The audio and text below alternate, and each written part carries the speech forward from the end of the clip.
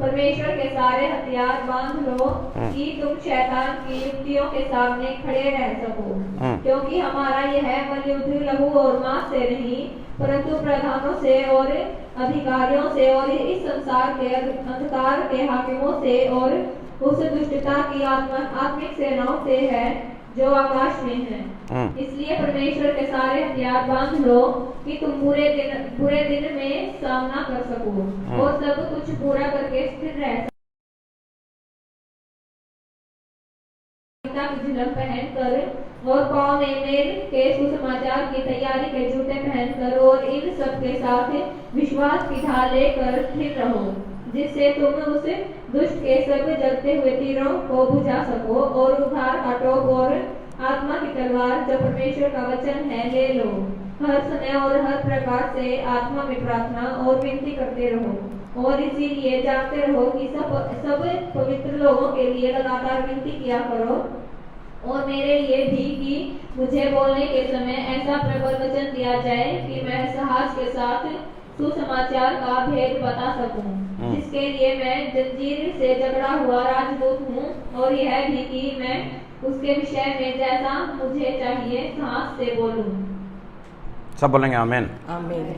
अभी हम वचन को जरा ध्यान से सुनेंगे। मैं आपके बीच में कई दिनों से ये वचन दे रहा हूँ और आपको बताया भी था कि शैतान और दुष्ट आत्माओं से लड़ने के विषय में इस प्रभु के वचन के अंदर, इफिसियों की पत्री के अंदर बताया गया है कि हम सभी को उसकी शक्ति में और उसके प्रभाव में क्या होना है, बलवान बनना है। हालेलुया। अब आप में से कई लोग ऐसे हैं जिनको ऐसा लगता है कि परमेश्वर अपनी मर्जी से काम करता है। प्रभु कभी भी अपनी मर्जी से काम नहीं करता। वो हमारी प्रार्थनाओं को सुनकर उत्तर देता है। क्या सुनकर उत्तर देता है? अगर हम प्रार्थना सही रीति से कर रहे हैं। हालेलुया। देखिए, ध्यान से सुनना है कि प्रार्थना कई तरह की होती है। हालेलुया। एक प्रार्थना विनती की जाती है, एक प्रार्थना दुष्ट आत्माओं को निकालने के लिए की जाती है। हालेलुया। इन दोनों प्रार्थनाओं में बहुत डिफरेंस है। लेकिन एक आम बिलीवर्स, एक नॉर्मल, एक विश्वासी, वो कैसे प्रार्थना करेगा कि परमेश्वर मुझे आपकी आत्मा में क्या बनाए, सामर्थी बनाए। क्या बनाए? मुझे आपकी आत्मा में। जब आप ये प्रेयर करते हैं तब परमेश्वर आपको अपना बल देता है और आप फील करते हैं चर्च में कि आप जब आपको होली स्पिरिट छूता है तो आपका शरीर आपके हाथ में, आपके कंट्रोल में नहीं रहता। ये किसका कब्जा होता है शरीर पर? पवित्र आत्मा का। इसको कहते हैं कि पवित्र आत्मा की सामर्थ को पाना। हालेलुया। अगर हम देखिए, ध्यान से सुनिए, प्रभु कहता है कि अगर तू अपनी इच्छा से चलेगा तो मैं तेरा युद्ध नहीं लड़ सकता। तुझे अपना बोझ किसको देना है? तुझे अपना बोझ किसको देना है? हर एक मनुष्य को परमेश्वर ने इसलिए चुना है कि वो अपना बोझ किसको दे? परमेश्वर को दे। लेकिन कई मसीह लोग हैं जो अपनी प्रॉब्लम खुद सोल्व कर रहे हैं, अपना दिमाग लगा रहे हैं या किसी से राय ले रहे हैं।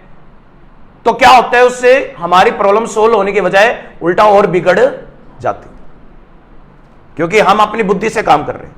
हालेलुया। लेकिन प्रभु कहता है कि तू अपना बोझ किसको दे? तू अपना बोझ किसको दे? मुझे दे, तो मैं तेरा वो बोझ तेरे ऊपर से हटा दूंगा। हालेलुया। अरे ये बोझ आपको पता क्या होते हैं? वो बोझ होते हैं बीमारियों के, ये बोझ होते हैं चिंताओं के, ये बोझ होते हैं निर्धनता के, ये बोझ होते हैं घर में लड़ाई झगड़े के, ये बोझ होते हैं घर में शराब नशा जो आपके घर के लोग करते हैं, या कुछ भी व्यभिचार भी हो सकता है, कुछ भी हो सकता है। ये सारा बोझ परमेश्वर ने कहा है कि मुझको दो। आमीन। आमीन। अब लोग क्या कर रहे हैं कि ये बोझ खुद संभाल कर बैठे हैं और वो प्रभु को ये दे नहीं रहे। लेकिन बाइबल ये बता रही है इस वचन के अनुसार 6 के अंदर हमने 10 में पढ़ा है कि इसलिए प्रभु में और उसकी शक्ति के प्रभाव में क्या होना है? बलवान बनना है। To be strong in the Christ, कि आपको परमेश्वर के अंदर मजबूत बनना है। और ये तब हो सकता है जब आप चिंता से रहित रहेंगे, यानी आपके अंदर कोई चिंता वास नहीं करे। आपने देखा होगा जब आप चिंता करते हैं तो आपका दिमाग ब्लॉक हो जाता है, आपका जो मन है वो खराब होना शुरू हो जाता है, फिर आपके मन से उल्टी सीधी बात निकलने लग जाती है, गुस्सा होने लग जाते हैं, झगड़े होने शुरू हो जाते हैं। क्योंकि शैतान की ये चाल है कि वो पहले आपके दिमाग को पकड़े, फिर तुम्हारे दिल को पकड़े, फिर वो तुम्हारे पूरे शरीर पर कब्जा कर लेते हैं। सुन रहे मेरी बात को? तो उससे आसान तरीका क्या है? कि अपना सारा बोझ उठाकर किसको दे दे? वो प्रेयर के अंदर किसको दे दे? अब ये लोग कर नहीं रहे। वो क्या सोच रहे हैं कि एक बार हमने बोल दिया प्रभु को, क्या उसको सुनता नहीं है? नहीं नहीं नहीं। आपको मैंने बताया था, डैनियल की पुस्तक में लिखा हुआ है कि जब डैनियल प्रार्थना करने लगा, उपवास करने लगा, तो तब वो प्रार्थना करते करते पहले दिन ही परमेश्वर ने स्वर्ग से उसको स्वर्गदूत भेज दिया था। लेकिन वो 21 दिन के बाद, कितने दिन के बाद? 21 डेज के बाद वो स्वर्गदूत स्वर्ग से धरती पर उतरता है, यानी 21 दिन का सफर तय करके आता है। दूरी का मैंने देखो, अगर आज आपको कहीं दिल्ली तक जाना है, दिल्ली तक पहुंचना है यहां से, तो आपको कम से कम 1 घंटा 1.5 घंटा सफर करना पड़ता है, हाँ या ना? या आपको किसी आउटसाइड में पंजाब में जाना है तो आपको यहां से कम 3 घंटे या 4 घंटे का सफर करना पड़ेगा, हाँ या ना? ऐसी स्वर्गदूत को यहां पर धरती पर आने के लिए उसको 21 दिन का सफर करना तय करना पड़ा। 21 दिन क्यों लगे उसको? क्या वो तेजी से उड़ता नहीं है? नहीं नहीं नहीं। इसका मतलब है कि वो आ रहा था तो रास्ते में जो शैतान के जो स्वर्गदूत थे उसने उनको क्या करा? रोक दिया। दुष्ट आत्माओं ने उनको रोक दिया, लूसीफर ने उसे रोक दिया। किस लिए रोक दिया? कि ताकि वो दानियल के पास पहुंच ना सके। किसके पास पहुंच ना सके? और दानियल रोज प्रार्थना कर रहा है। आज आप में से कई लोग पता क्या कर रहे हैं? एक प्रार्थना आपको पता है कि मेरा घर प्रार्थनाओं से ही ठीक होगा, आप सभी को पता है। लेकिन प्रार्थना एक ही सब्जेक्ट को पकड़कर, ध्यान से सुनना, एक ही बात को पकड़कर लगातार करनी है प्रार्थना। उसको बीच में छोड़ना, उसको बीच में छोड़ना, जिसने बीच में छोड़ दी प्रार्थना वो काम पूरा होता नहीं। दानियल ने कैसे प्रार्थना करी? दानियल ने रोज फास्टिंग कर कर, उपवास कर कर, रोज घुटने टेक कर लगातार प्रार्थना करता रहा, करता रहा, करता रहा, बिना रुके बिना थके, बिना रुके बिना थके। और उसको यह विश्वास था जो मैं प्रेयर कर रहा हूं उसका उत्तर आने जा रहा है। अब बोलेंगे आमीन। अब जब परमेश्वर उत्तर देने के लिए तैयार होता है तो आपको क्या लगता है वो कैसे भेजते हैं आशीष? अपने स्वर्गदूत को भेजता है। आज मनुष्य को आशीष चाहिए तो वो कौन लेके आएगा? खुद तो चल के आएगा नहीं प्रभु, कौन आएगा? कौन आएगा? एंजल्स आएंगे, यानी स्वर्गदूत आएंगे, जिनको अथॉरिटीज है, जिनको अधिकार है कि परमेश्वर कहते हैं जा मेरे दास के पास, जा मेरी बेटियों के पास, जा मेरी कलीसिया के पास, कि जो उनको प्रॉब्लम है वो उनकी खत्म करके आ। हालेलुया। अब जब वो स्वर्गदूत आपके पास आना चाहता है, ध्यान से सुनना, वो स्वर्गदूत आपके पास आना चाहता है तो उसके लिए आपको स्टिल, यानी कि बने रहना प्रार्थना में, प्रार्थना को छोड़ना। अब आप कई लोग क्या कर रहे हैं कि आपका पति ड्रिंक कर रहा है, नशे कर रहा है, और आपको लगता है कि नशा तो एक कॉमन चीज है संसार में, सभी कर रहे हैं, लेकिन आपको यह नहीं पता यही नशा उसको नरक में भेज रहा है, आपके हस्बैंड को। कितने लोग मेरी बात को समझ रहे हैं? समझ रहे हैं मेरी बात? आपकी आंखों के सामने दिख रहा है कि जितने मेरे परिवार के लोग हैं वो सब नरक में जा रहे हैं, क्योंकि अगर वो आज पाप कर रहे हैं तो वो कहां जा रहे हैं? कॉमन बात है। लेकिन आप उनको छुड़ा कैसे सकते हैं? बोलो प्रार्थनाओं से। बोलो किससे छुड़ा सकते हैं? वचन में लिखे कि जो प्रार्थना की शक्ति है वो सबसे ऊंची शक्ति है। हालेलुया। और आपकी प्रार्थना करने का तरीका कैसा है? मैंने पहले भी बताया था कि कई लोग प्रार्थना सिंपल वे से कर रहे हैं, अपने शब्दों का इस्तेमाल कर रहे हैं। ठीक है, शुरुआती मसीह को अपने शब्दों का इस्तेमाल करना चाहिए, लेकिन जब वो बाइबल पढ़ने लग जाए तो बाइबल बोल के वचनों को बोलना चाहिए। किसमें? प्रार्थना में। कहां बोलना चाहिए? कहां बोलना चाहिए? अब कोई कहता है कि एक स्त्री कहती है कि मुझे बच्चा पैदा नहीं होता, तो प्रोफेट जी मैं कैसे प्रेयर करूं? तो उसको वो वचन पकड़ना पड़ेगा जो 1 शमूएल के अंदर लिखा है पहले आयत में, कि हन्ना ने प्रार्थना करी लगातार परमेश्वर के सामने कि जो मेरे गर्भ में, मेरा जो गर्भ बंद है उसको खोल दे परमेश्वर, ताकि तू अगर मुझ पर दया करे अपनी दासी पर, तो जो मेरे से पैदा होगा, जो फल, जो बच्चा पैदा होगा, वो मैं तुझे अर्पित कर दूंगी। क्या कर दूंगी? मैं तुझे अर्पित कर दूंगी तेरे मंदिर में, तेरे भवन में। हालेलुया। और उसी दिन परमेश्वर ने उसकी प्रार्थना को सुन लिया था। प्रार्थना करने का ढंग है ये। अगर आपकी सिंपल प्रेयर से कुछ ठीक नहीं हो रहा तो आप वचन बोलकर और प्रभु से मन्नत मांगकर, क्या मांगकर? क्या मांगकर? मन्नत का मतलब है कि कमिटमेंट, कि अगर तू ये काम करता है तो मैं तेरे लिए ये करूंगी या करूंगा। हालेलुया। तो वो जो काम जो देरी से होने वाला है वो जल्दी से होगा, क्योंकि अब बीच में कौन आ चुका है? मन्नत आ चुकी है। मन्नत का मतलब कमिटमेंट आ चुका है, वादा आ चुका है। किसके साथ? किसके साथ? अब परमेश्वर क्या चाहता है? देखिए ध्यान से सुनेगा। परमेश्वर चाहता है कि हम प्रार्थना का जीवन बनाएं। कौन सा जीवन बनाएं? अब कई लोग कहते हैं जी हम एक सर्विस वाले हैं, हम जॉब वाले हैं। कई लोग कहते हैं कि हम एक हाउस वाइफ हैं। कितना समय हम प्रार्थना को दें? समय प्रार्थना का आपको निर्धारित करना है, मुझे नहीं करना है। बाइबल कहती है कि जब मरियम थी, जो यीशु मसीह को जिसने जन्म दिया था, वो जब कुंवारी थी तो उसका एक प्रार्थना का जीवन था। वो घर भी संभालती थी लेकिन वो प्रार्थना करती थी बहुत। और वचन कहते हैं कि मरियम ही क्यों, जिसे यीशु ने जन्म लिया? क्योंकि मरियम उस समय में सबसे ज्यादा पवित्र थी।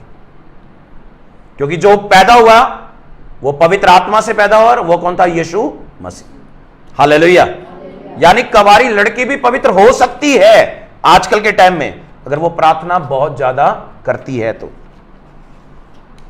हालेलुया।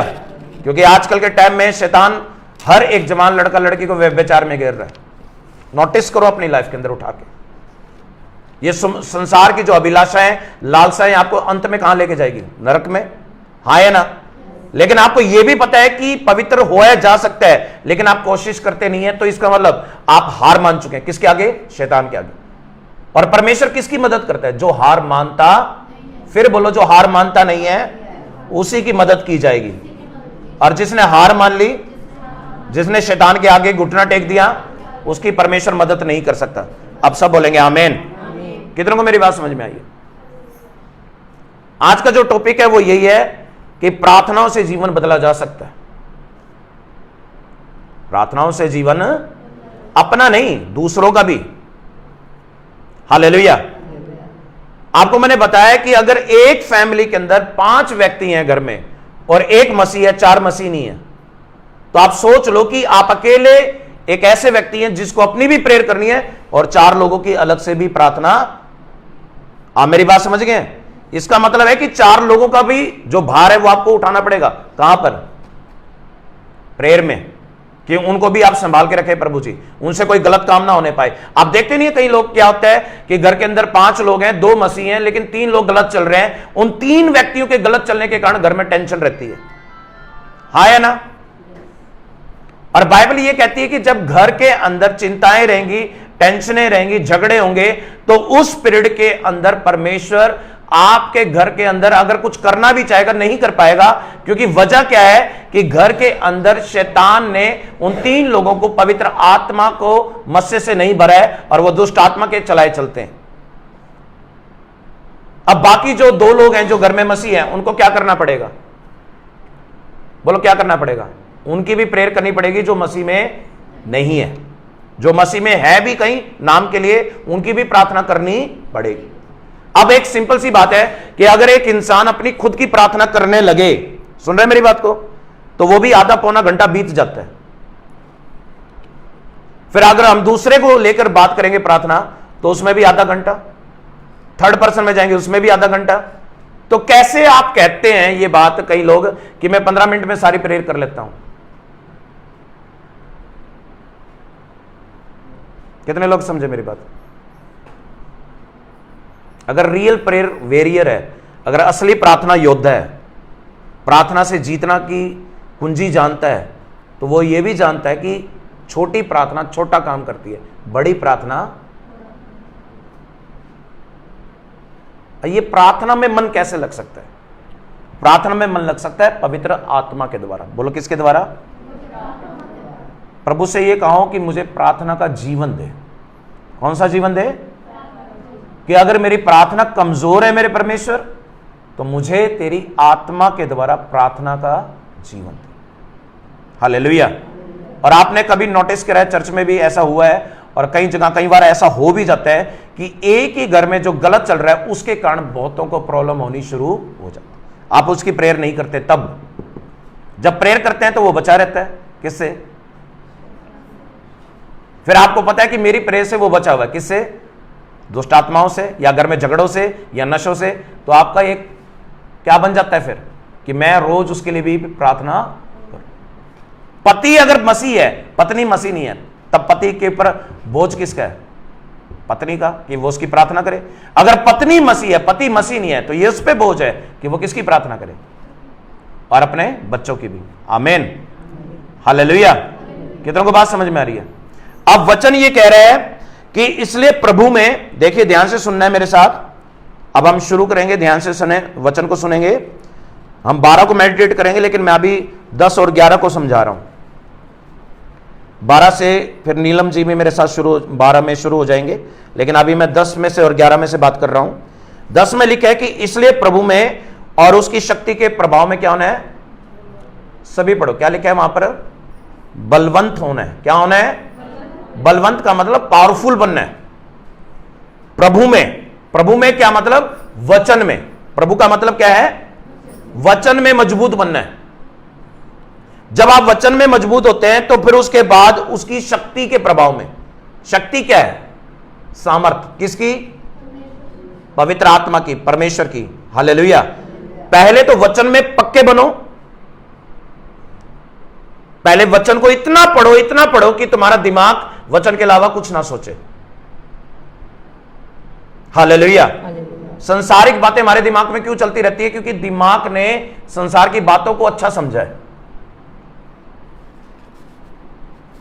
मन ने संसार की चीजों को पसंद करा है, इसलिए वचन कम है दिमाग में, संसार की बातें ज्यादा हैं। अगर आप संसार की चीजों से नफरत नहीं करेंगे, सुन रहे हैं मेरी बात को, गंदे कामों का उलाहना नहीं देंगे, बुरी बातों को छोड़ेंगे नहीं, तब तक आपके मन में वचन भी वास करेगा नहीं। अब बोलेंगे आमीन। मैंने उस दिन भी पढ़ा था 45 अध्याय भजन संहिता के 7 में लिखा है कि तूने धर्म से प्रीति की है और दुष्टता से बैर किया है, इसलिए मैंने तेरे भाइयों के मध्य में तेरे हर्ष रूपी तेल से तेरा अभिषेक किया है। अब बोलेंगे आमीन। इसका मतलब है कि जब एक व्यक्ति बुराइयों से घृणा करता है खुद से कि मुझे ये चीजें पसंद नहीं है, अब पहले की बात अलग थी, अब मैं बदल गया हूं। हालेलुया। जब आपकी ऐसी सोच बनती है, जब आपके ऐसे विचार बनते हैं, तो आप समझ लो सही रास्ते पर खड़े हैं। हालेलुया।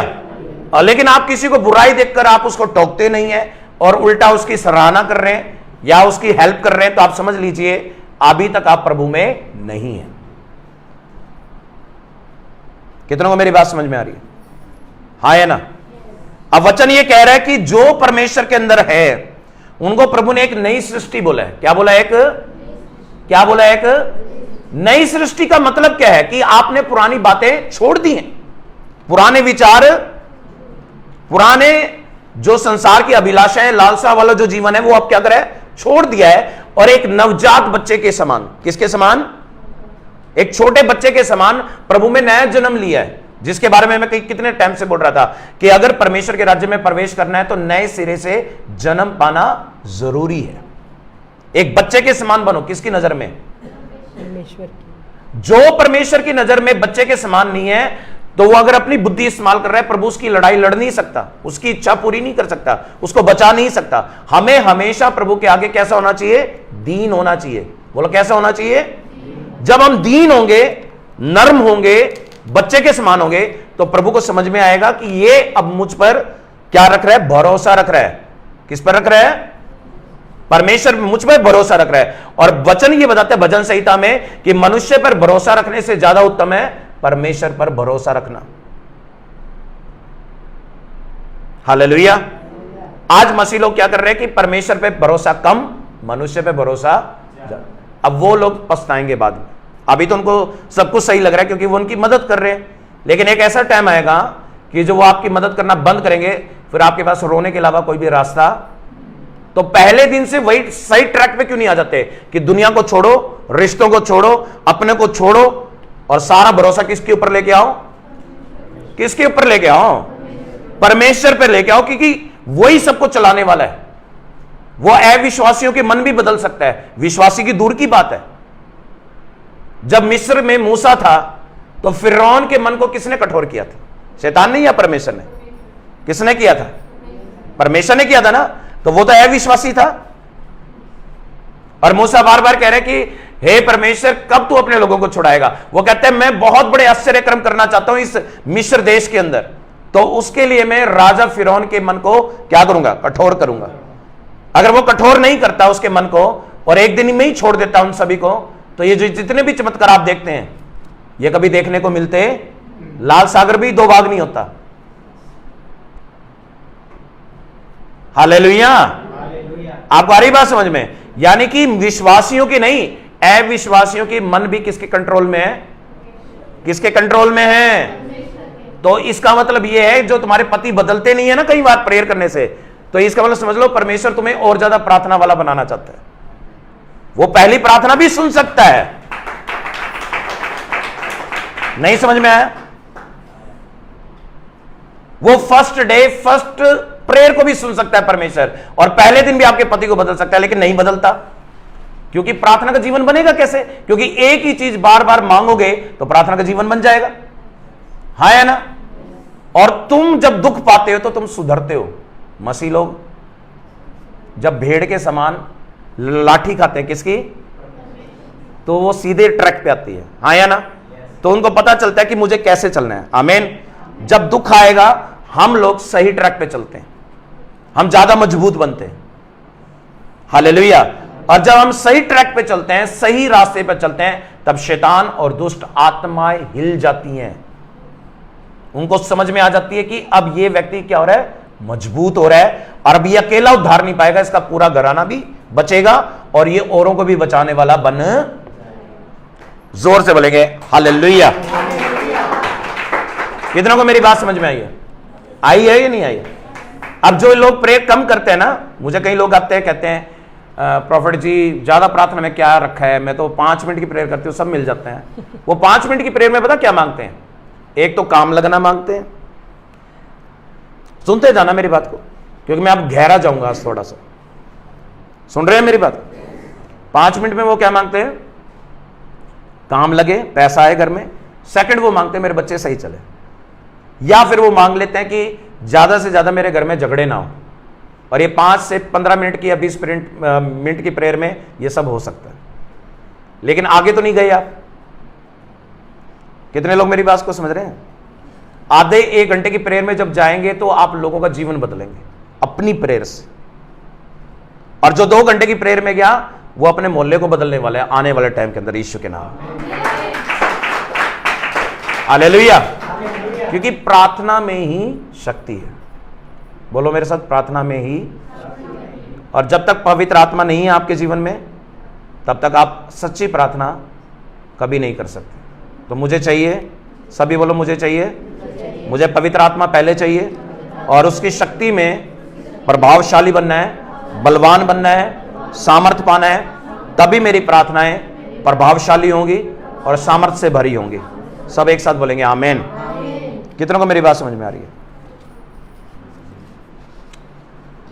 एक बार मैंने आपको अपने टेस्टिमनी बताई थी कि मेरे पास्टर ने, जब मैं 2004 में मसीह बना था, तो मेरे पास्टर ने, मैं रोज उसको रिक्वेस्ट करता, please prayer for me, please prayer for me, मेरे लिए प्रार्थना करो, मेरे लिए प्रार्थना करो। एक दिन वो कहता, कितनी प्रार्थना हम तुम्हारी करें? मैं तुम्हारी प्रार्थना इतनी नहीं कर सकता, अपनी प्रार्थना तुम खुद करो, अपनी प्रार्थना तुम। जब मुझे ये बात सुनने को मिली तो वो पास्टर थोड़ा सा इस तरह से था वो हमारे, कि उन्होंने पब्लिकली बोल दिया था, तो मुझे बड़ी इंसल्ट फील हुई। तो मुझे लगा कि मैं आज के बाद इनको प्रार्थना के लिए कभी भी बोलूंगा, मैं अपनी प्रेयर खुद करूंगा, जो होगा वो होगा। मैं किसी के आगे ये बोलने नहीं जाऊंगा कि मेरी प्रार्थना आप करो। और वो दिन है और आज का दिन है, कभी पीछे मुड़कर देखा और ब्लेसिंग ही ब्लेसिंग्स है। अब बोलेंगे आमीन। आपको एक बात याद रखना है कि जो प्रार्थना के बिना जो जीवन है वो असुरक्षित है। पहला पॉइंट है क्या है? वो असुरक्षित है। किससे असुरक्षित है? दुष्ट आत्माओं से। सेकंड, वो कभी बढ़ नहीं सकता। जैसा वो बढ़ना दूसरों को देखता है बढ़ता हुआ, वैसा वो खुद नहीं बढ़ सकता अगर प्रार्थना का जीवन नहीं। हालेलुया। थर्ड चीज क्या होगी कि आप अनंत काल के जीवन में प्रवेश नहीं करेंगे अगर आपकी ज्यादा प्रार्थना नहीं है। कम प्रेयर भी आपको बचा नहीं सकती। आप सोच के देखिए कि अगर एक दुष्ट आत्मा को निकालने में किसी प्रभु के दास को बहुत हैवी दुष्ट आत्मा को निकालने में 10 से आधा घंटा मिनट लग जाता है, तो आप सोच के देखो अगर ये 500 1000 हो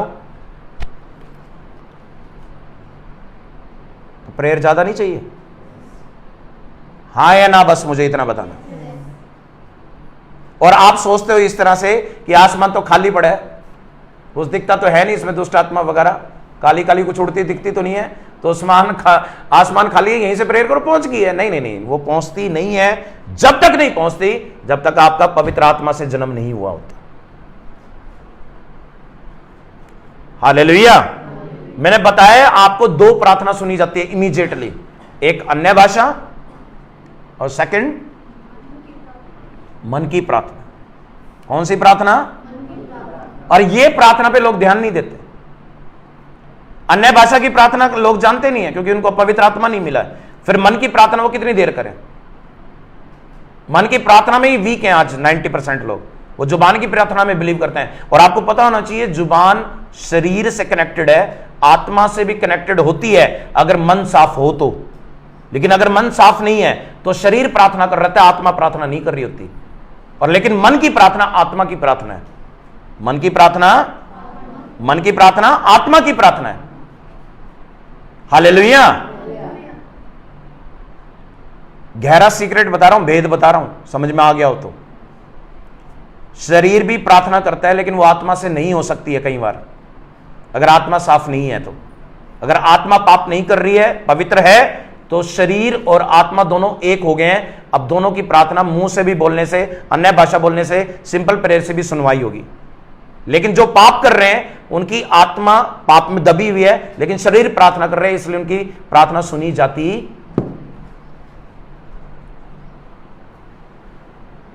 आ रहा है इंटरेस्ट या नहीं आ रहा है? समझ पा रहे हैं या नहीं समझ पा रहे हैं? अब जरा ध्यान से सुनना।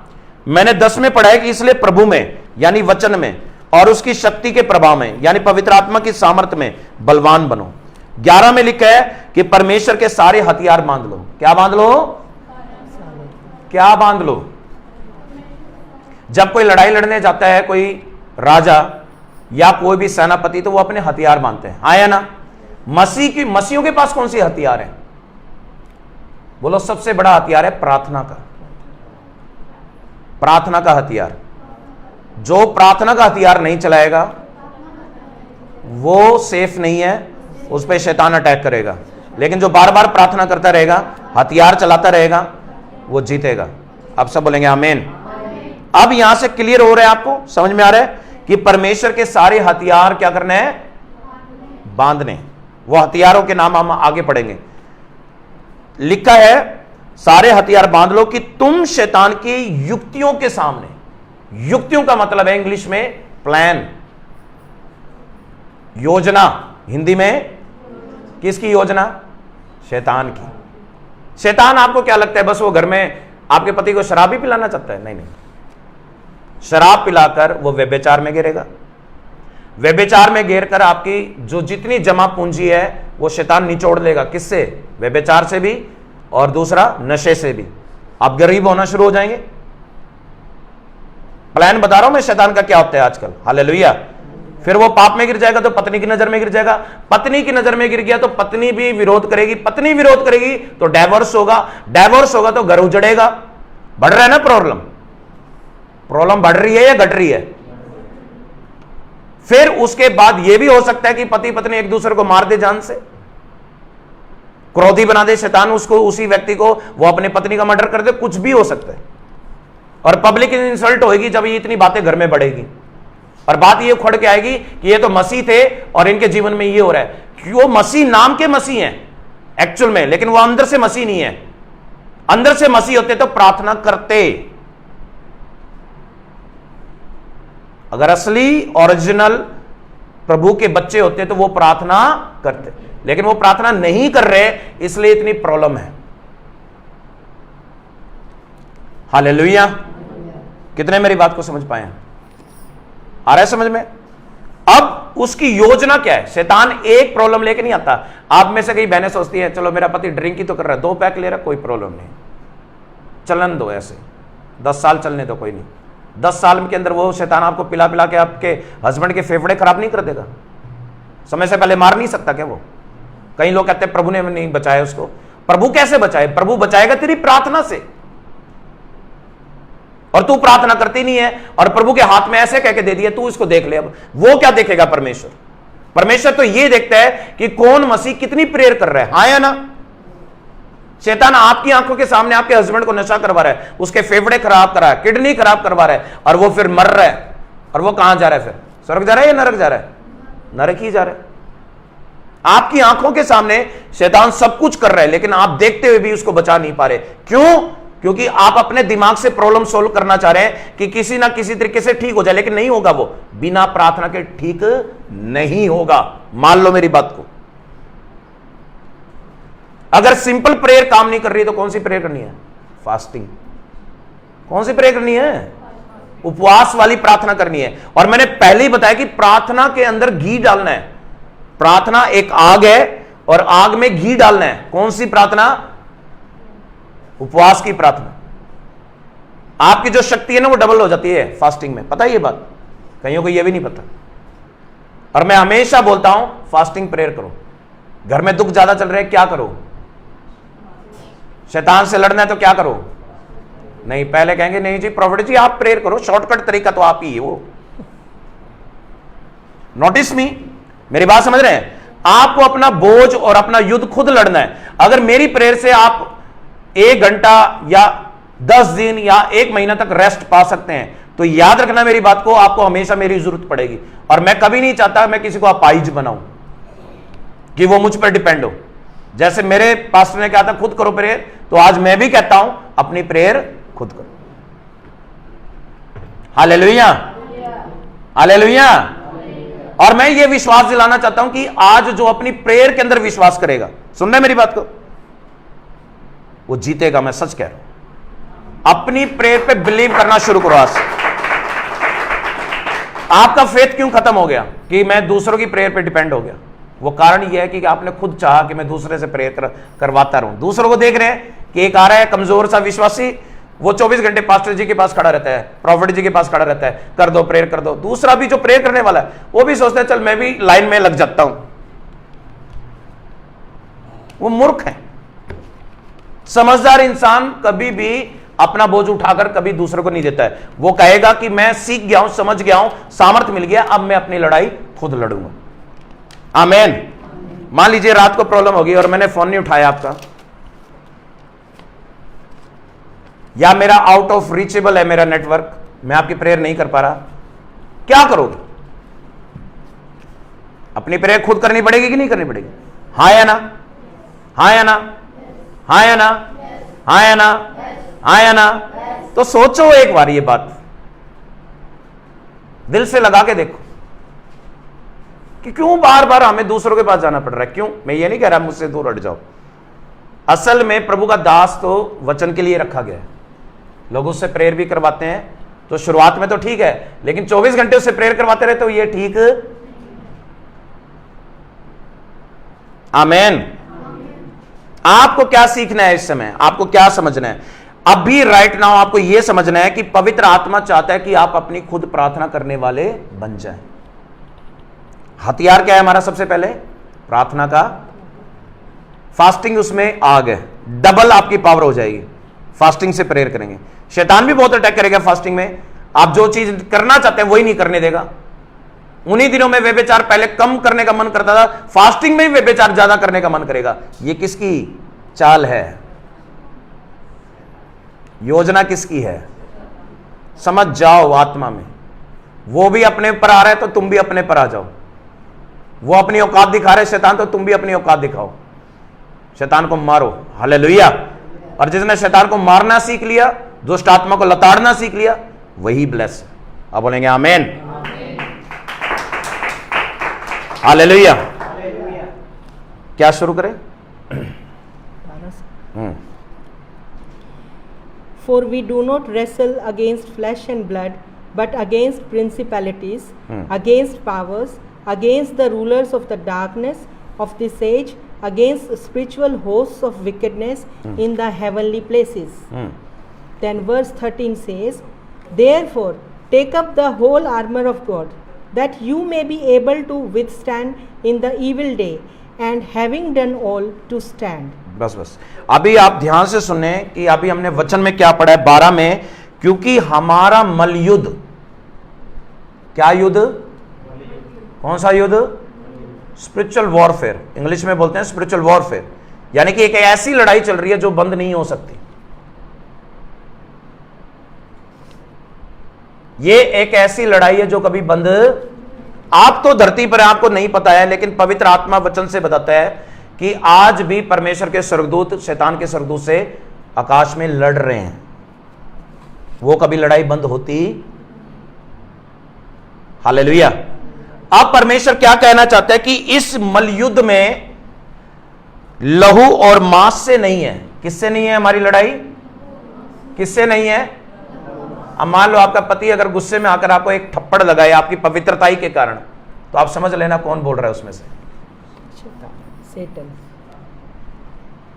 और इन दैट कंडीशन, उस कंडीशन के अंदर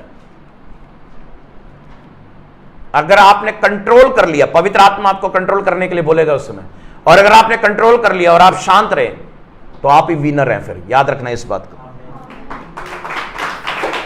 लेकिन आपने उल्टा उसका विरोध कर दिया और तू मैं पे आ गए, आपके मुंह से उसमें अच्छे शब्द नहीं निकलेंगे, सब तरह की गंदी से गंदी गुस्से वाली सब बातें निकलेगी, समझ रहे हैं? और यही एक पीरियड होता है जिस समय परमेश्वर आपको वॉच कर रहा होता है कि ये मुझ पर कितना ट्रस्ट कर रहा है। हालेलुया। आप मेरी बात को समझ पा रहे हैं कि हमारा मलयुद्ध मांस और लहू से नहीं है, परंतु किन से है? प्रधानों से, सबसे पहले सुप्रीम पावर, सेकंड अधिकारियों से, अथॉरिटीज जिनके पास है, और इस संसार के अंधकार के हाकिमों से, और उस दुष्टता की आत्मिक सेनाओं से है जो कहां पर है? हाँ, धरती पे मत देखो दुष्ट आत्माओं को। जब आप रोड पे चल रहे होते हैं तो ऊपर से देख रही होती है ये कि ये बंदा कहां जा रहा है, और पहले से जाल बिछाती हैं। क्या बिछाती हैं? अगर आपने प्रेयर नहीं करी तो जाल बिछ गया, और अगर आप प्रेयर करके गए हैं कि दुष्ट आत्मा के जितने भी प्लान है वो नष्ट हो जाएं, तो वो जाल उसी समय टूट जाता है। जाल उसी समय टूट। अब मान लो शैतान ने प्लान बनाया आपके हस्बैंड के लिए कि वो कम प्रेयर करता है और आप ज्यादा प्रेयर करती हैं, और आपने एक दिन प्रेयर नहीं करी कि मेरा हस्बैंड घर से जाएगा तो प्रभु उसकी रक्षा करना और उसके आने जाने में मदद करना और अपने दूतों को भेजना। आपने ये प्रेयर नहीं करी, उसी दिन शैतान जाल बिछाएगा कि आपके हस्बैंड को ड्रिंक ज्यादा फालतू करवाए और डबल उसको एक्सीडेंट में, उसका एक्सीडेंट करवाकर उसको जान से मारे। तो क्या चीज बचा रही है आपकी? आपका जवाब ना देना मुझे पसंद नहीं है। बताए क्या बचा रही है? प्रार्थना बचा रही है, हाँ या ना? अगर आपकी प्रार्थना नहीं है तो रोज शैतान आपको अकड़ बकड़ बम्बे बो खिलाएगा। समझ रहे बात को? पहले यहां से उठवाएगा, यहां से प्रॉब्लम देगा, यहां से प्रेयर करी, वहां से सेव कर दिया, फिर दूसरी जगह प्रॉब्लम करिएगा, फिर वहां से करेगा। पहले दिन से माइंड सेट करो कि सब चीजों के लिए प्रार्थना करनी है कि उस शैतान को मौका ना मिले। आप मेरी बात समझ गए? एक भी पॉइंट मत छोड़ो। अब एक भी पॉइंट नहीं छोड़ोगे तो आप 1 घंटा 2 घंटा आराम से प्रार्थना करोगे, हाँ या ना? ऐसे नहीं कि मोबाइल ऑन है, व्हाट्सएप साथ में चल रहा है और आप प्रेयर कर रहे हैं और आप व्हाट्सएप वॉच कर रहे हैं, या आप ऐसा कर रहे हैं कि घर के ऊपर कोई, आपके घर के अंदर कोई भी व्यक्ति घर के बाहर बोल रहा है या कुछ कर रहा है, आपका एक कान तो प्रार्थना में, एक कान आपका बाहर है। प्रेयर की जो कंसंट्रेशन है, सुन रहे हैं मेरी बात को? कंसंट्रेशन का मतलब ध्यान। प्रार्थना क्या है? एक ध्यान है। किसके साथ? आत्मा के साथ। आत्मा के साथ जब ध्यान जब आपका जाता है तो सारी चीजें आपकी डिस्कनेक्ट होनी चाहिए शरीर से। फोन ऑन नहीं होना चाहिए, ऑन है तो वो साइलेंट में हो। घर में सबको पता होना चाहिए प्रेयर में बैठा है, इसको डिस्टर्ब करना। थर्ड पॉइंट, आपके अलावा लोगों को पता होना चाहिए इसका टाइम है, ये प्रेयर का, ये समय फोन भी नहीं उठाएगा, ना डिस्टर्बेंस इसको करनी है, क्योंकि ये इसका टाइम सेट है। हालेलुया। फिर कोई जानबूझ के भी अगर आना भी चाहेगा तेरे घर में या तुझे बुलाने आएगा तो आएगा नहीं, क्योंकि उसको पता है ये टाइम इसका। मेरी बात को समझ पा रहे हैं? हालेलुया। अगर आपको मांस और लहू से लड़ाई नहीं है, शैतान से है, तो जीतने का रास्ता क्या है? प्रार्थना। प्रार्थना से शैतान रुकता है, प्रार्थना से पाप रुकते हैं, प्रार्थना से पवित्रता ही आती है, प्रार्थना से ही आत्मिक वरदान, आत्मिक फल आते हैं। प्रार्थना ही है सब कुछ। और मैं कह रहा हूं कि प्रार्थना से आप दुनिया की कोई भी चीज ले सकते हैं। लिख के देता हूं मैं कोरे कागज पर। हालेलुया। और जिसने प्रार्थना कम कर दी, समझ लो उसका आत्मिक जीवन खतरे में है। इसमें है डेंजर में। वो ऐसे लोग कैसे होते हैं चर्च में, कभी दिखेंगे, कभी घर में सुइयां चुभोएगा शैतान, सुइयां चुभोएगा तो वो घर में ही बैठ जाएगा। और जिस दिन सुई नहीं चुभी, उसने उस दिन प्रेयर कर ली, उस दिन वो कहां पहुंच गया? प्रभु के भवन में। और जो रेगुलर भवन में आ रहा है, इससे पहचान होती है कि वो प्रार्थना करने वाला विश्वासी है। अब बोलेंगे आमीन, हालेलुया। क्यों मसीह लोग बने रहते हैं आत्मा में? क्योंकि उनको पता है जो ट्रिक्स है शैतान की, उसको कैसे बीट करना है, हराना है। जब आपको पता चलेगा ना शैतान कैसे हारता है, तो आप कभी नीचे नहीं आएंगे, हमेशा ऊपर ही बढ़ते, ऊपर ही बढ़ते। जोरदार बोलेंगे आमीन, हालेलुया। अभी हमने पढ़ा आपके सामने कि हमारा युद्ध प्रधानों से है। इंग्लिश में क्या है नीलम जी, पढ़िए। hosts of wickedness in the heavenly places. Heavenly places उन दुष्ट आत्माओं से है जो पाप करवाने के लिए इस संसार में रखी गई है। आगे Verse 13. Therefore take up the whole armor of God. अब यह कह रहा है वचन कि तुम अपने सारे हथियारों को क्या कर लो? बांध लो। सारे हथियारों को क्या कर लो? हाँ जी, That आगे। you may be able to withstand in the evil day, and having done all to stand. कह रहा है कि उस बुरे दिन में तुम किसका सामना कर सको? उन बुरे दिनों का सामना कर सको जब तुम पवित्र आत्मा के द्वारा उन सारे हथियारों को बांध लोगे, और ताकि तुम सब बातों में क्या रह सको? स्थिर रह सको। स्टैंड फर्म, यानी कि खड़े रह सको। आगे 14 says, verse 14, stand therefore, having girded your waist with truth, having put on the breastplate of righteousness.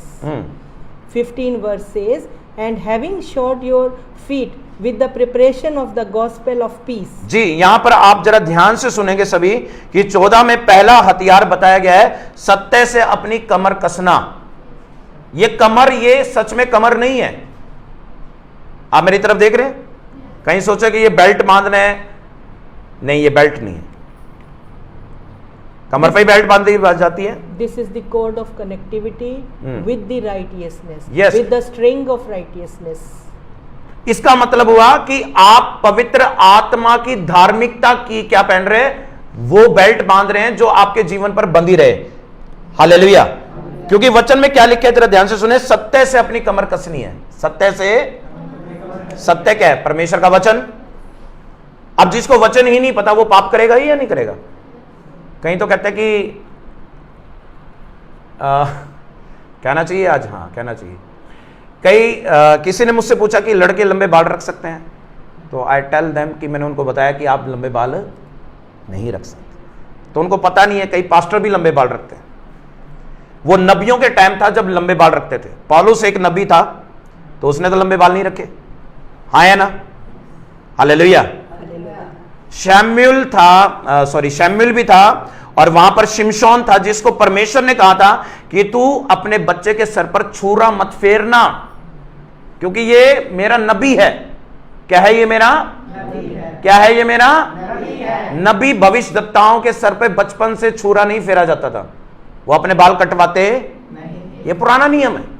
अगर कोई आज लंबे बाल रख रहा है तो वो अपना अपमान कर रहा है, खुद वो जेंट्स। क्लियर है? अब जिसको वचन से नहीं पता वो क्या बोलेगा? ये बोलेंगे ये वचन कहां है? ये वचन है 1 कुरिन्थी 12 अध्याय, और उसमें लिखा है आराधना के विषय में कि आराधना के लिए समय सर को ढांकना, और वहां लिखा है पुरुष अपने सर के बालों को ना बढ़ाए क्योंकि ये एक लज्जा की बात है। लेकिन स्त्री अगर अपने बाल बढ़ाए तो ये उसकी शोभा की बात है। ये उसकी शोभा की, क्योंकि वो उसकी ओढ़नी है। अगर सर पे पल्लू नहीं है तो उसके बाल उसकी ओढ़नी बन जाते हैं। हालेलुया। जिनको वचन का ज्ञान नहीं है वो प्रॉब्लम में रहते हैं, क्योंकि उनको वचन का नॉलेज। अब यहां पर क्या लिखा है? पहला हथियार क्या है? जरा ध्यान से सुनना। The first weapon is that कि सत्य से अपनी कमर कसना है, यानी वचन सारा याद रहना चाहिए। कहां पर? कमर ये है, कमर ये नहीं है, इसके हिसाब से कमर कहां है? ये कमर कहां है? माइंड। Your spiritual mind. आपको हर एक चीज याद होनी चाहिए कि मैंने उस पिछली बार भी बताया था कि याकूब की पत्री में लिखा है कि जो वचन को देखकर पढ़कर उसको भूलता नहीं है, वो वैसा ही काम करेगा जैसा परमेश्वर का वचन कहता है, और वो इसलिए आशीष पाएगा क्योंकि वो वचन पढ़कर भूलता नहीं है। आप मेरी बात समझ रहे हैं? वचन क्या है? परमेश्वर का दर्पण है, और कोई दर्पण में चेहरा देखकर भूल जाता है अपनी शक्ल को, तो यानी उसको वचन भी याद रहते। लेकिन कोई अपनी शक्ल याद रखता है, वचन याद रखता है, तो इसका मतलब वो उसको याद रखने के कारण आशीषित होगा, क्योंकि परमेश्वर ने उसको याद रखवाया है, और उसी अनुसार वो भी वही काम करेगा जो उसको वचन याद है। हाँ या ना? Hallelujah.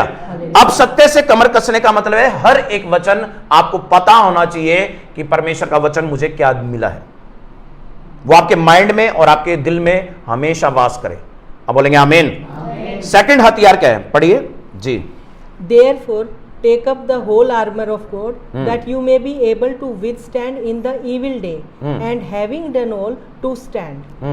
14 says, stand therefore, having girded your waist with truth, having put on the breastplate of righteousness. Yes, यहां पर बिल्कुल क्लियर लिखा है कि राइटियसनेस की यानी धार्मिकता की जिलम पहननी है।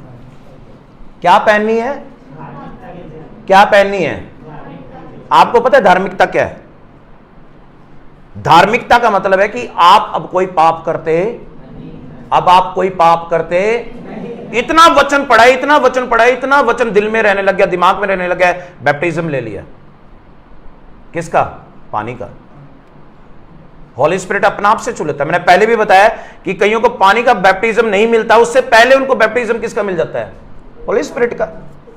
तो वो कहते हैं आप बैप्टिज्म पानी का लें या ना लें, तब भी लेना पड़ेगा, बिकॉज ये बाइबल में लिखा है कि ये धार्मिकता परमेश्वर ने रखी, क्योंकि यीशु ने भी कहा कि इस रीति को अब ऐसे ही होने दे। योना कहता है कि मुझे आपसे बपतिस्मा लेना चाहिए, लेकिन प्रभु यीशु मसीह बोलते हैं कि अब ये धार्मिकता इसी रीति से पूरी की जाए कि तू मुझे अब बपतिस्मा दे। योना ने बपतिस्मा दिया यीशु का, हाँ या ना?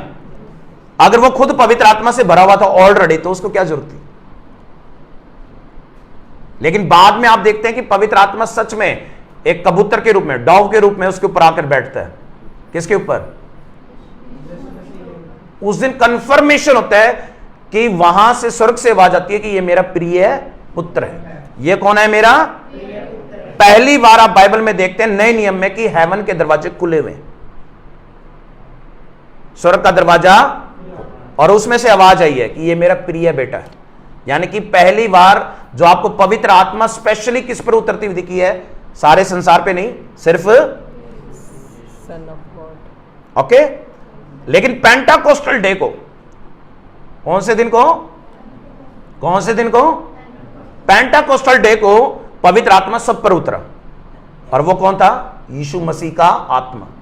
अब यीशु मसीह एक शरीर में, वो सबके साथ तो एक टाइम में नहीं रह सकता, लेकिन यीशु ने कहा था मेरा जाना जरूरी है, क्योंकि मेरा जाना अच्छा है, भला है, क्योंकि मैं जब दोबारा मैं तुम्हें अपना पवित्र आत्मा का सहायक दूंगा जो सबको मिलेगा। आप मेरी बात समझ रहे हैं? अब यीशु सबके साथ है, किसके रूप में? पवित्र। क्लियर है? पहला क्या है यहां वचन हमने पढ़ा है? सत्य से कमर कसना है। क्या करना है? रोज मैं कह रहा हूं प्रेयर कम कर दो थोड़े टाइम, अगर वचन का ज्ञान कम है। ज्यादा टाइम कहां बिताओ? अगर कोई अनपढ़ है तो ऑडियो बाइबल को यूज करे, फिल्मी गाने और रागड़ियां सुनने से कुछ नहीं होने वाला। हालेलुया।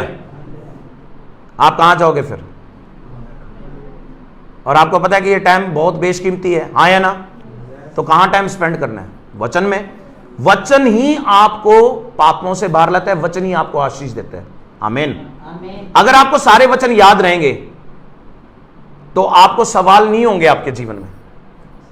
दूसरों से पूछूं कि मेरे जीवन में क्या होगा, क्योंकि वचन अपना आप ही अंदर मन में बोलेगा और आपको आंसर देगा कि तेरे जीवन में क्या होना चाहिए। हालेलुया। आप मेरी बात समझ पा रहे हैं? सत्य से क्या बांधना है? कमर नहीं, दिमाग बांधना है। आप थोड़ा इसमें नए वे से बोलो, क्या बांधना है? और अपना हार्ट बांधना है, अपना दिल बांधना है। हालेलुया। फिर आपको क्या मिलेगी? धार्मिकता मिलेगी। क्या मिलेगी? उस धार्मिकता को झिलम बनाना है। क्या बनाना है उसको? अपनी प्रोटेक्शंस के लिए जब एक सैनिक अपने ऊपर ब्रासलेट, इसको कहते हैं चेस्ट ब्रासलेट, जो अपने ऊपर लगाता है ताकि जो तीर होते हैं अगर वो चेस्ट पे लगे तो वो जो लोहे की इतनी मोटी प्लेट है उसके अंदर वो अंदर से वो तीर अंदर घुसने ना पाए। हाँ है ना? तो ये धार्मिकता की झिलम क्या है? प्रोटेक्शंस। एवरी बिलीवर्स, हर एक विश्वासी के लिए क्या है? ये प्रोटेक्शन है। आमीन। अब इस प्रोटेक्शन को आप अगर अपने ऊपर रखते हैं बैप्टिज्म लेकर, पवित्र आत्मा लेकर, तो शैतान आप पर जलते हुए तीर फेंकेगा तो वो बुझने पाएंगे। आगे पढ़े। यस 15 में 15 verse says, and having shod your feet with the preparation of the gospel of peace. Yes it is mean that कि आप सभी को जरा ध्यान से सुनना है कि 15 में लिखा है कि पांव में मेल मिलाप के सुसमाचार के क्या पहने? आपका बचाव हो गया कि आपको यहीं तक रखा है प्रभु ने। दीपक घर में है तो खाट के नीचे रखा जाता है या दीवट पे रखा जाता है? घर में आपके बहुत बड़ी एक मरकरी लाइट है और आप घर में बहुत खुश हैं। पहले कुछ नहीं था घर में, आज खूब है और खूब खुश हो रहे हैं। और दूसरे पड़ोसी के घर में खूब लड़ाई हो रही है, उसके घर में अंधेरा और आप ताली बजा रहे हैं। तो आप मसीह हैं या क्या हैं? फिर आप नहीं है मसीहा। मेरी बात को समझ रहे हैं?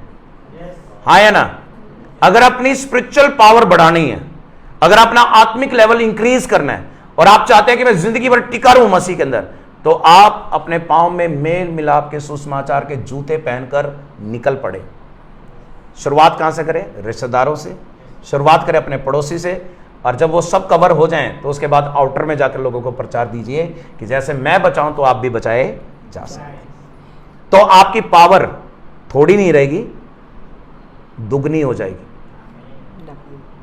क्योंकि आप स्टैंड फर्म हो रहे हैं। आपको देखकर लोग विश्वास कर रहे हैं और आप ज्यादा पवित्रता में चलेंगे। लेकिन कई बार आप सुसमाचार नहीं देते हैं तो आपका पाप करने का मन होता है, इजिली आप पीछे गिर जाते हैं, क्योंकि आपको पता है मेरे से कोई मसीह नहीं बना तो मैं पाप भी करूंगा तो किसी को पता भी चलेगा।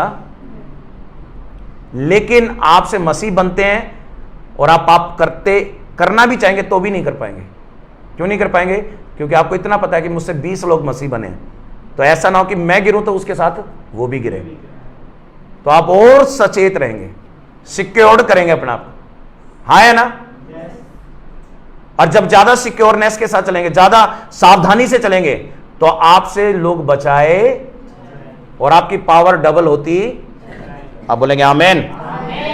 Then verse 16 says, above all, taking the shield of faith, with which you will be able to quench all the fiery darts of the wicked one. जी, यहां बिल्कुल क्लियर लिखा है कि इन सब के साथ ये 3 हथियार आने के बाद कौन से हथियार है? पहला सत्य से कमर कसना, दूसरा धार्मिकता की झिलम, तीसरा पांव में मेल मिला के सुसमाचार के जूते, और चौथा क्या है?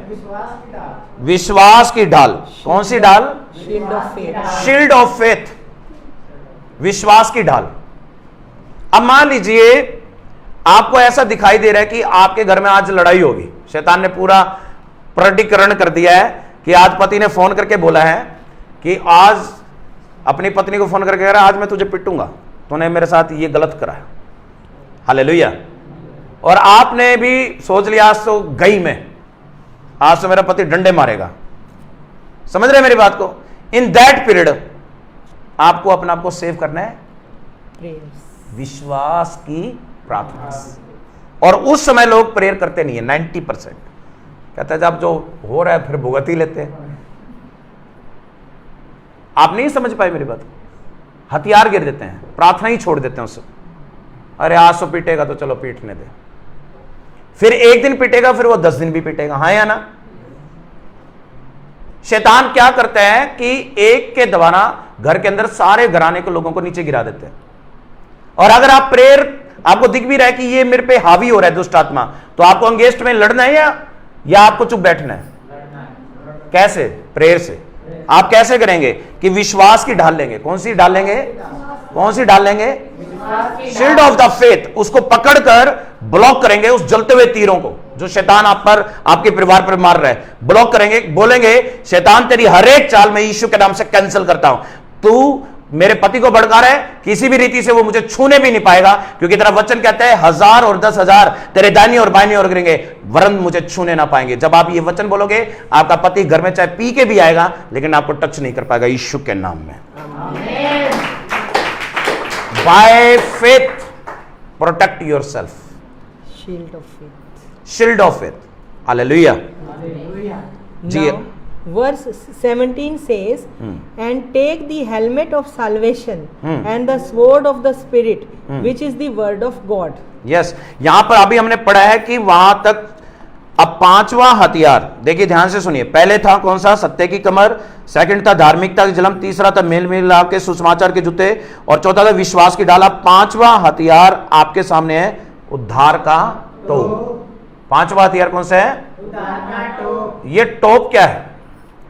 The helmet of salvation. It is mean कि इसका मतलब यह है कि आप जब किसी को जय मसीह बोलते हैं, किसको बोलते हैं? बाहर वाले को बोलते हैं या मसीहियों को बोलते हैं? और आपने कभी नोटिस करा है कि एक सच्चा विश्वासी सच्चे विश्वासी की इज्जत करते हैं, हाँ है ना? और आपने यह भी गौर करा होगा कभी भी कि एक बढ़ा हुआ विश्वासी बहुत ज्यादा आत्मा में है, उससे जो नीचे वाला विश्वासी उससे जलता है, उसको तुच्छ जानता है। वो अपने घमंड में सोचते हैं मुझे ज्यादा ज्ञान है, चाहे वो इससे कितना बेटर हो, हाँ है ना? होता है ना कई बार चर्च में। तो इट इज मीन, इसका क्या मतलब है कि आपका जो उद्धार का टोप है वो उसमें क्या क्वालिटीज होनी चाहिए? वो क्वालिटीज क्या होनी चाहिए? दीनता, नरमता, दीनता और हम्बलनेस। फर्स्ट पॉइंट है कि अगर आप उद्धार पाए हैं, आपकी जो टोक है, देखिए मैं आपको बताना चाहता हूं, आज बोलना पड़ेगा, सब कुछ बोलना पड़ेगा। आमीन। चर्च में सबकी लैंग्वेज बहुत सॉफ्ट है, मेरे आगे तो खासकर, लेकिन जब मैं अचानक उनके घरों में जाता तो उनकी लैंग्वेज देखकर मुझे रियलिटी में मैं शॉक्ड होता हूं कि ये ऐसे घर में रहते हैं। उनका बोलने का तरीका, सेंस सही। ये फिर कौन है? गिरगिट? हाँ या ना का जवाब देना बस मुझे। गिरगिट कैसा होता है? पेड़ पे चिपका तो ब्राउन कलर का, घास में गिरा तो ग्रीन कलर का, Changing colors. तो that is kind of people. ऐसे इस तरह के जो इंसान लोग हैं वो किस तरह के हैं कि इस माहौल देखकर वैसे डल जाते हैं। ये ज्यादा डेंजरस है। सांप तो एक ही रूप में आएगा, डसने के, लेकिन ये ज्यादा खतरनाक है जो एनवायरमेंट के साथ बदलते रहते हैं। आप मेरी बात को समझे? हमें लोग किस वे से जानते हैं? शक्ल से या जुबान से? शक्ल याद नहीं रहती है, मैं सच बता रहा हूं। हमारी की वॉइस याद रहती है लोगों को कि उसने हमें बोला क्या था, हाँ है ना? अगर आपका बोलना एक समय में कुछ और है, दूसरे समय में कोई और है, तो आप पर लोग ट्रस्ट नहीं करेंगे। याद रखना मेरी बात को। ट्रू पर्सन, जो सच्चे लोग होते हैं, जो बोलते हैं वो करते भी हैं, हाँ है ना? हालेलुया। इसलिए वो सच्चे लोग गिने जाते हैं। आमीन। तो उद्धार का मतलब है सत्य पे चलना, नरम बनना, और जब ये आपके अंदर झलकेगा तो आपके सर के ऊपर भी हेलमेट रहेगा। कौन सा? Salvation. कौन सा? सर के ऊपर तीर नहीं मार सकता शैतान, मार सकता है। तो सर पे हेलमेट रहेगा तो फिर कहां लगेगा तीर? हेलमेट में। तो सेफ्टी है कि नहीं है? हाँ या ना? आप में पवित्र आत्मा के फल हैं। गलातियों की पत्री 5:23 में लिखा है कि तुम में पवित्र आत्मा के फल होने चाहिए। प्रेम, विश्वास, धार्मिकता, धैर्य, ये सब तुम में होगा तो तुम रियलिटी में सल्वेशन पाए एक मसीह होंगे, यानी उद्धार पाए मसीह होंगे। और इसलिए अगर तुम्हारे ऊपर ये सब चीजें रहेंगी तो उद्धार का टोप तुम्हारे ऊपर होगा, यानी तुम्हें लोग दूर से पहचानेंगे कि यह सच में प्रभु परमेश्वर का बेटा है और बेटी। अब आप ये, मैं जब सरमन दे रहा हूं, आप अपने आप को कैलकुलेट करना, ये चीजें हैं भी या नहीं है आपकी लाइफ में? ये हथियार है भी, और नहीं है तो फिर क्या करना है? कहां मिलेंगे? Shield of faith with prayers. कौन देगा? पवित्र कौन देगा? आगे पढ़े, last ji. 18 verse says, praying always with all prayer and supplication in the Spirit, being watchful to this end with all perseverance and supplication for all the saints. जी, यहां पर लिखा है कि जो 7वां छठा हथियार था वो आत्मा की तलवार है, यानी परमेश्वर का वचन है। जो हमने बताया था, वचन की प्रार्थना जो करता है वो सक्सेसफुल होता है। आमीन। लेकिन उसके बाद 18 के अंदर मेन पॉइंट आया कि ये हथियार मिलने के बाद चलाना कैसे, इन हथियारों को पाने के बाद चलाना कैसे, यानी इनको यूज कैसे करना है। उसका आंसर क्या है जी? 18 में it says, praying always with all prayer and supplication in the Spirit. Yes, यहां पर लिखा है, एक मिनट, कि हर समय, एवरी टाइम। एवरी टाइम का मतलब क्या है? हर समय। Constant. अब ये क्या मतलब है कि कई लोग सोचते हैं कि हर समय की प्रार्थना कौन सी होती है। मैंने आपको पहले भी बताया था कि एक मॉर्निंग टाइम के समय एक विश्वासी खड़ा होता है, उठता है, तो वो क्या प्रार्थना करता है कि ये सारा दिन प्रभु आपके हाथ में हम सौंपते हैं। ओके। और दूसरा पॉइंट कहता है कि हमारी आज दिन भर की हमें प्रोटेक्शन करना, मेरे परिवार की प्रोटेक्शन करना, कि उनको शैतान भरमाने ना पाए, या घर में झगड़े ना होने पाए, या घर के अंदर कोई वाद विवाद ना होने पाए, या किसी का एक्सीडेंट ना हो। ये सब बोलना पड़ता है। आपके लहू में मुझको और मेरे परिवार को छुपाएं। ये मॉर्निंग प्रेयर है। थैंक्स करना है कि पुरानी बातों में आपने प्रभु जी मुझ पर दया करी है और आगे भी आप मुझ पर दया करते रहेंगे। और ये आज का सारा दिन मैं आपके हाथ में देता हूं। और ये प्रार्थना हम किसके नाम से मांगते हैं? प्रभु। ये मॉर्निंग की प्रेयर है। ये चाहे 1 घंटे कर सकते हैं, आधे घंटे कर सकते हैं, it is depend of you. कई लोग 10 मिनट भी कर लेते हैं, नो प्रॉब्लम, लेकिन ये मॉर्निंग प्रेयर है। समझ रहे हैं मेरी बात को? फिर उसके बाद जब आप प्रेयर करते हैं, मैं यहां पे पढ़ रहा हूं, हर समय और हर प्रकार की प्रार्थना, हर समय और हर प्रकार में आत्मा में प्रार्थना। इट इज मीन कि वो प्रार्थना जो अभी तक आप कर नहीं रहे, वो आप इससे वचन को समझने के बाद करने पाएंगे। आप बोलेंगे आमीन। ये प्रेयर कौन सी है? ये प्रेयर सुबह धन्यवाद की है, मिड टाइम में जब आप सही में सारा काम निपटा चुके हैं और आप बैठे पूरे तसल्ली से 1 घंटा 1.5 घंटा प्रेयर में। ये प्रेयर कौन सी है? लड़ाई की, फायर प्रेयर। कौन सी प्रेयर है ये? सरेंडर जाएगा सबसे पहले। क्या जाएगा? स्टार्टिंग कैसे होगी? धन्यवाद के साथ। सेकंड पॉइंट क्या जाएगा? समर्पित जाएगा, कि मैं समर्पण करता हूं सारे दिन को। और थर्ड पॉइंट के अंदर जब पवित्र आत्मा आपके ऊपर उतरने लगे, आपको छूने लगे पवित्र आत्मा, वो समय थर्ड पॉइंट फायर प्रेयर का, शैतान पे वार करेंगे। हालेलुया। और जब ये फायर प्रेयर चलती है, ये आधा 1 घंटे से पहले खत्म नहीं होती है। ओके। ऐसा नहीं है कि बस छोटी सी बोली फायर और उसके बाद चुप हो गए। शैतान आया, बोला अच्छा मुझ पे फायर करेगा, ले फिर मैं तुझ पे फायर करता हूं। नोटिस, एक बार शुरू होगी तो वो थमनी नहीं चाहिए आधा 1-पौने घंटे तक।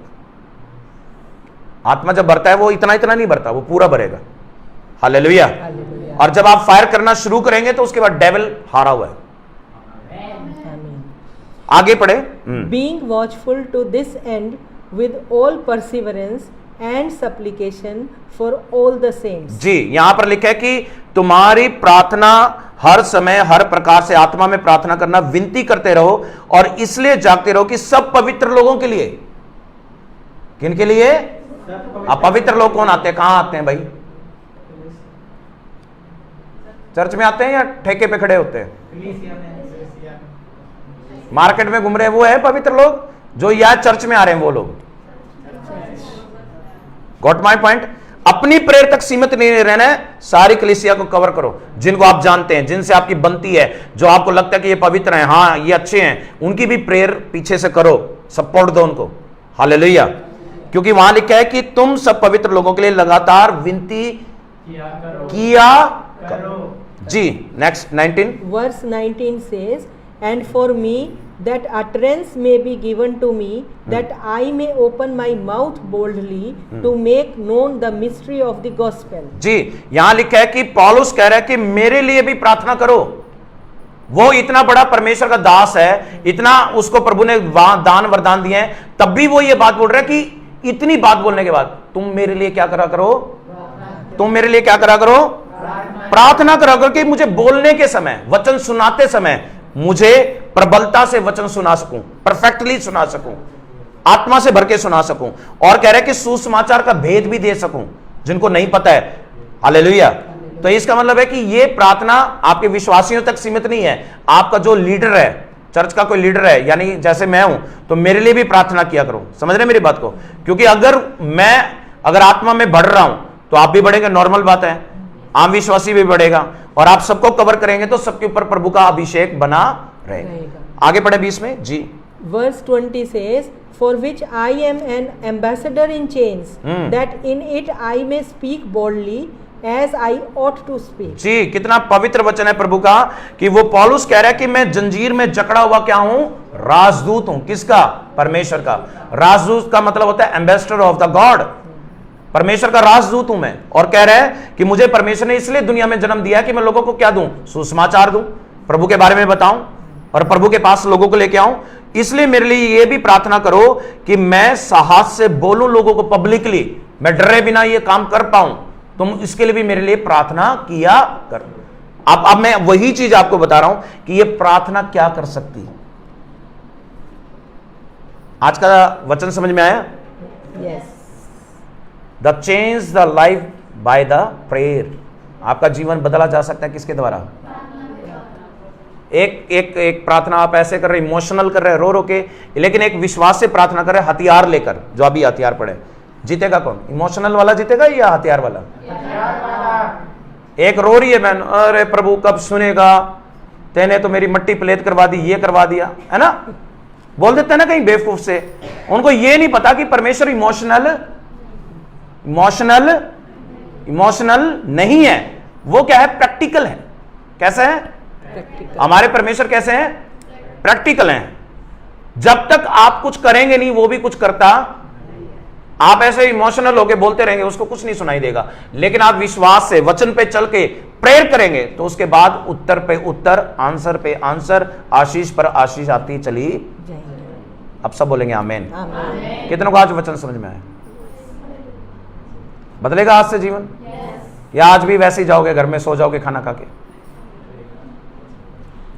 आपको मैं बताता हूं, देखो हमारे पास इतना समय होता है प्रार्थना का जो हम गलत जगह इन्वेस्ट करते हैं। जैसे कि टीवी में, एक मसीह को टीवी देखना नहीं चाहिए, सिर्फ एक न्यूज़ के लिए मैं मानता हूं देखना चाहिए कि वर्ल्ड में क्या हो रहा है। हालेलुया। लेकिन आप टीवी देखते हैं मनोरंजन के लिए, तो आपका मनोरंजन फिर किस में है? शैतान में ही है। हमारा एंटरटेनमेंट किस में होना चाहिए? होली स्पिरिट में। किस में होना चाहिए? होली स्पिरिट। आराधना में होना चाहिए, वर्कशिप में होना चाहिए, और किस में होना चाहिए? प्रेयर में होना चाहिए, वचन को पढ़ने में होना चाहिए। तो हमारा असली अगर सोर्स हमसे जुड़ जाएगा तो हम खुश रहेंगे, आनंदित रहेंगे और हम परफेक्टली इंजॉय भी करेंगे लाइफ को। हालेलुया। आज जितने भी वचन आपको मिल रहे हैं, आप सोच के बताएं, मुझे आंसर दें कि एक इमोशनल क्रिश्चियन कभी भी जीत नहीं सकता, एक प्रैक्टिकल क्रिश्चियन जीत सकता है। एक पाप वाला व्यक्ति इमोशनल पा सकता है। एक ऐसा क्रिश्चियन आपको जरूर मिलेगा, मसीह ऐसा जरूर मिलेगा जो पाप भी कर रहा है और रो के भी प्रार्थना कर रहा है, वो वैसे ही रहेगा सारी उम्र। लेकिन एक ने पाप छोड़ दिया और पवित्रताई में चला गया, वो स्ट्रॉन्ग हो गया, अब रोता नहीं है, क्योंकि पाप रुलवाता है, देह रोती है, आत्मा रोती नहीं है। जो ज्यादा प्रेयर में रोता है इसका मतलब वो अभी भी पाप में है। नोटिस मी, समझ रहे मेरी बात को? लेकिन जिसने पाप छोड़ दिया है अब वो रोएगा नहीं, वो सामर्थी प्रार्थना करेगा। कौन सी प्रेयर करेगा? उसकी आवाज में ही पावर पाएगी, उसके बोलने से ही पता चलेगा कि ये पवित्रताई में ही खड़ा है और इसके अंदर कौन बैठा है? पवित्र आत्मा, जो आहें भर भर के प्रार्थना कर रहा है। और जब आप प्रेयर करते हैं विश्वास से, अपने इन वेपन को यूज करते हैं, तो शैतान डिफीटेड हो जाएगा, यानी हार। अब बोलेंगे आमीन। कितनों को वचन समझ में आ गया? तो क्या आप सभी प्रार्थना करने के लिए तैयार हैं इस वचनों के द्वारा? मैं समाप्त करूंगा। के विषय में आप खुद बोलकर प्रार्थना करें कि मुझे प्रभु में और उसके प्रभाव के अंदर बलवंत बनना है और पवित्र आत्मा से मुझे भरना है। अपनी आंखें बंद कर कर अभी इसी समय सभी प्रेयर करना शुरू करें। और मैं चाहता हूं कि nobody is to the see anything, आप किसी चीज को मत देखें, अपने मन से प्रार्थना करना शुरू करें। जितने भी ऑनलाइन है वो भी अपनी प्रेयर करना शुरू करें कि मुझे ये आत्मा के हथियार मुझे चाहिए प्रभु जी, मुझे ये वेपन चाहिए, क्योंकि बिना हथियार के मैं शैतान से लड़ नहीं सकता। और शैतान से जीतने के लिए मुझे पवित्र आत्मा, तेरी सामर्थ की और तेरे वेपन्स की जरूरत है, तेरे हथियारों की जरूरत है। सत्य से मेरी कमर कसी रहे, धार्मिकता की जलन मुझ पर रहे, पाँव के मेल मिलाप के सुसमाचार के जूते मुझे पहना, और मैं विश्वास की ढाल लेकर दुष्ट के हर एक जलते हुए तीरों को मैं बुझा सकूं। और उद्धार का टोप मुझे ऐसा दे कि कोई मुझे देखे तो सच में पता चले कि मैं उद्धार पाया एक मसीह दिखूं। और मुझे परमेश्वर आत्मा की तलवार दे, जो प्रभु तेरा वचन है, जो मुझे हमेशा मेरे दिमाग में, मेरे मन में याद रहे, ताकि जब मैं उसको यूज़ करूं तो शैतान और दुष्ट आत्मा के सारे राज्य उसी समय समाप्त होने पाए या नाश होने पाए, क्योंकि तेरी आत्मा के तलवार के द्वारा ही शैतान पे वार किया जा सकता है। प्रार्थना करें कि मुझे ऐसा बनाए परमेश्वर कि मैं आत्मा से परिपूर्ण होकर, सामर्थ्य से भरकर शैतान का सामना कर सकूं और बुरे दिनों में खड़ा रह सकूं, क्योंकि तेरा वचन कहते हैं कि जैसा लिखा है कि परमेश्वर के सारे हथियार बांध लो, कि ताकि तुम बुरे दिन में सामना कर सको और सब कुछ पूरा करके स्थिर रह सको। इसका मतलब है प्रभु जी कि हमें सब बातों को पूरा करना है, सब बातों के लिए प्रार्थना करनी है और सब चीज़ों को कंप्लीट करना है। अपना भी उद्धार करना है, अपने घराना के लोगों का भी उद्धार करना है, और जो आशीषें अब तक हमें नहीं मिली है उनके लिए भी प्रार्थना करनी है, ताकि परमेश्वर का अनुग्रह और उसकी दया हम पर बनी रहे। मैं मांग लेता हूं प्रभु जी कि सत्य से कमर कसे मेरी, वचन मुझे इतना याद रहे मेरे दिमाग में, मेरे मन में, कि मैं हमेशा वचन में बना रहूं। धार्मिकता की झलम ऐसी दे कि मुझ पर तेरा आत्मा मंडराया करे और वो हमेशा मेरे साथ रहे, और पाँव के अंदर मेरे मेल के सुसमाचार के जूते दे, ताकि मैं दूसरों तक जाकर तेरे सत्य, तेरे बारे में बता सकूं, तेरे वचन के बारे में बता सकूं, तेरे राज्य के बारे में बता सकूं। और मुझे ऐसा बना परमेश्वर, ये हथियार मेरे जीवन में रहे। और परमेश्वर मुझे विश्वास की ढाल भी दे, क्योंकि विश्वास के द्वारा ही जो तूने मेरे अंदर डाला है उसी से शैतान के जलते हुए तीरों को मैं बुझा सकूं परमेश्वर, क्योंकि तेरा वचन कहता है कि विश्वास की ढाल ही हमें शैतान के प्लान को नष्ट करता है। मेरे अंदर ऐसा विश्वास पैदा करें कि मैं शैतान की जितने भी जलते हुए तीर हैं, जितनी भी योजनाएं, मैं उनको कैंसिल कर सकूं। मेरे परमेश्वर मुझे उद्धार का टोप भी दे, कि मेरे जीवन में ऐसी उद्धारता लेके आ, सच्चाई पे इतना चला मुझे कि लोग मुझे देखकर कह सके कि मैं सच में परमेश्वर तेरा बेटा हूं, तेरी बेटी हूं। उनको पता चलने पाए मेरे जीवन जीने से, मेरे जीवन के तरीके से उनको समझ में आ सके कि मैं सच में तेरी बेटी और तेरा बेटा हूं। मेरे परमेश्वर ये उद्धार का टोप मुझे दे, आत्मा की तलवार मुझे दे, वो तलवार दे परमेश्वर जो तेरा दो धारी तलवार है, जो तेरा वचन है परमेश्वर। मैं उसको इतना सीख लूं, उतना चलने लग जाऊं इन वचनों के ऊपर कि मैं इस दुष्ट को इसी तलवार से नाश करने पाऊं, घात करने पाऊं।